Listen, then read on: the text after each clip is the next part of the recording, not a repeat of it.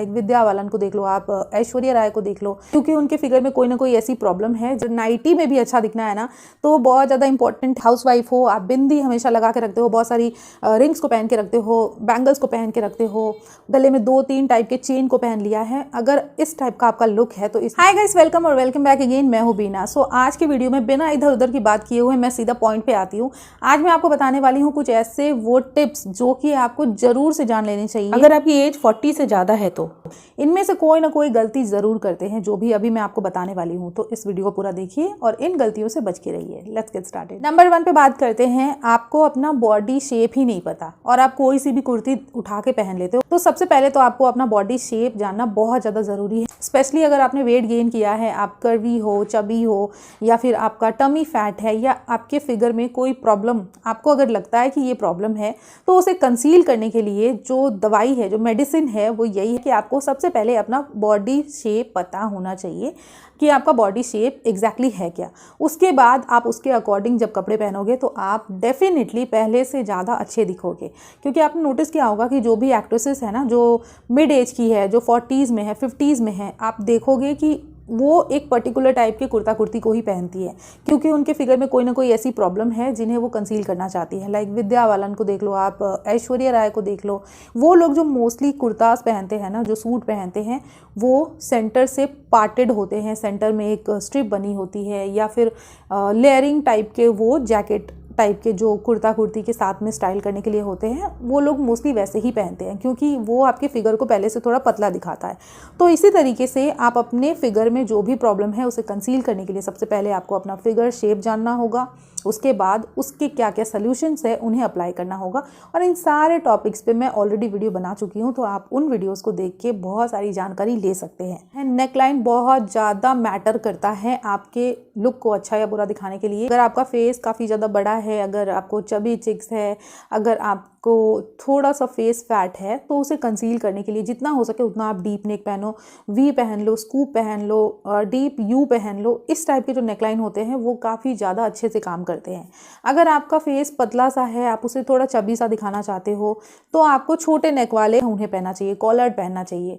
तो आप समझ रहे हो ना कि आपका फिगर और आपका फेस दोनों बहुत ज़्यादा इम्पॉर्टेंट होता है आप किस टाइप के आउटफिट को पहन के अच्छे दिखोगे या बुरे दिखोगे, इसमें डिसाइड करने में। ठीक है, जैसे कि अगर आप पतले दुबले से हो और अगर आपने डीप नेक का कोई कुर्ता कुर्ती पहना है, तो वो आपको और भी ज़्यादा स्किनी दिखाएगा, जिसकी वजह से ऑब्वियसली आप उतने अच्छे नहीं दिखोगे जितने अच्छे आप एक्चुअली में हो।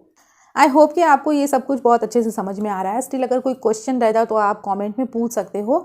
तो बेसिकली आपको सबसे पहले यही जानना है कि आपका फिगर क्या है, और दूसरी चीज़ कि आपका फेस शेप क्या है।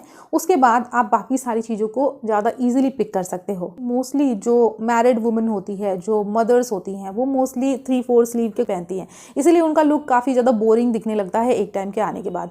तो आपको अपने स्लीव में थोड़े बहुत चेंजेस करने हैं। ये आप कस्टमाइज़ करवा के ही ऑब्वियसली कर सकते हो, क्योंकि रेडीमेड में तो मोस्टली कुर्ता कुर्ती इतने स्लीव वाले ही मिलते हैं।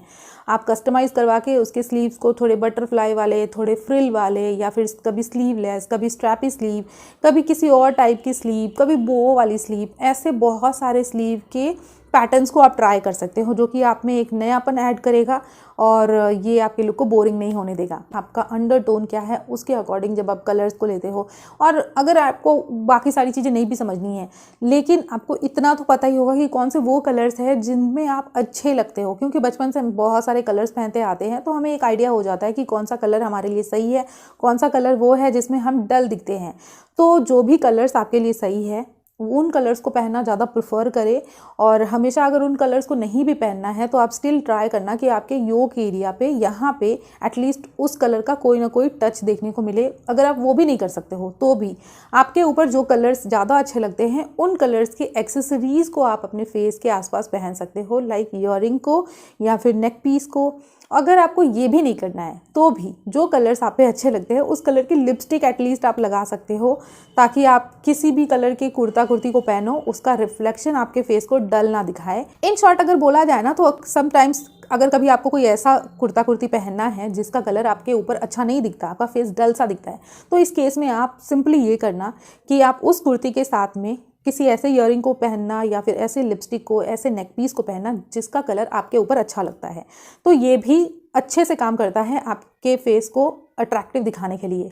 नेक्स्ट बात करते हैं, अगर आपको किसी भी आउटफिट में अच्छा दिखना है, ज़रूरी नहीं है सिर्फ कुर्ता कुर्ती, आपको अगर नाइटी में भी अच्छा दिखना है ना, तो बहुत ज़्यादा इंपॉर्टेंट है कि आप अपने स्किन और हेयर को अच्छे से मेंटेन करो। स्किन केयर करना, हेयर केयर करना बहुत ज़्यादा ज़रूरी होता है। हम अपने कामों में इतने ज़्यादा बिजी हो जाते हैं कि हमें अपने लिए टाइम ही नहीं मिलता, लेकिन टाइम निकालना पड़ेगा।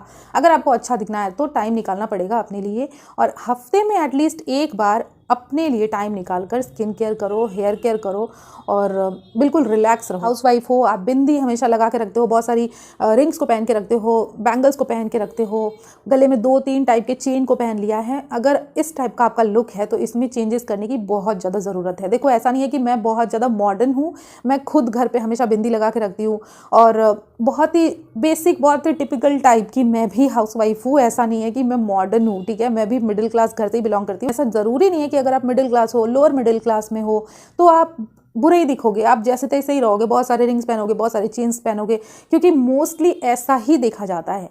इसीलिए एक मैं रिक्वेस्ट आपसे करूंगी कि बहुत कुछ पहनना, बहुत कुछ अप्लाई करना आप अवॉइड करें, क्योंकि जितना ज़्यादा आप अपने आप को एस्थेटिक रखोगे, जितनी कम चीज़ों को आप अपने ऊपर अप्लाई करोगे, उतना ही ज़्यादा आप बेटर दिखोगे, आज के ज़माने के अकॉर्डिंग दिखोगे।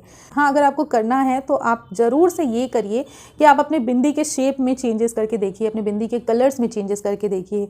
अगर आपने 2-3 चेन्स पहने हैं तो सिर्फ एक ही पहनिए। अगर आपने बहुत सारे ईयररिंग्स पहने हैं तो सिर्फ एक ही पहनिए। रिंग्स को बहुत सारा पहनना अवॉइड करें। बैंगल्स अगर कंपलसरी है पहनना तो 1 या 2 ही पहने जो कि अच्छी क्वालिटी का हो। बहुत सारी कांच की चूड़ियों को पहन लिया है, ये सारी चीज़ों को आपको अवॉइड करना पड़ेगा। स्पेशली मैंने देखा है जो मिड एज की औरतें होती हैं, 40-50 की जो औरतें होती हैं और वो मिडिल क्लास घर से बिलोंग करती हैं, तो उनमें ये सारी चीज़ें जो भी अभी मैंने बताया है काफ़ी ज़्यादा देखने को मिलता है, काफ़ी कॉमन हो जाता है। तो नेक्स्ट बात करते हैं जो कि बहुत ज़्यादा इंपॉर्टेंट है, वो ये है कि आपको अपने फेस में थोड़े बहुत चेंजेस करने पड़ेंगे। आपको अपने आईब्रोज को फिल करना पड़ेगा। आप अगर चाहो तो काजल लगा के रख सकते हो। एक छोटा सा लिप टिंट ले लो आप और उसे हमेशा लगा के रखो, क्योंकि इससे आपके फेस पे एक कलर ऐड होता है जो कि आपको ज़्यादा अच्छा दिखाने के लिए हेल्पफुल होता है। तो ये सारी छोटी छोटी चीज़ें अगर आप करते हो ना, तो डेफिनेटली आपके लुक में बहुत ज़्यादा चेंजेस देखने को मिलते हैं। सो आई होप कि ये वीडियो आपको हेल्पफुल लगी है, इन्फॉर्मेटिव लगी है। अगर ऐसा है तो प्लीज़ वीडियो को लाइक करें, दूसरों के साथ में शेयर करें। Thanks for watching.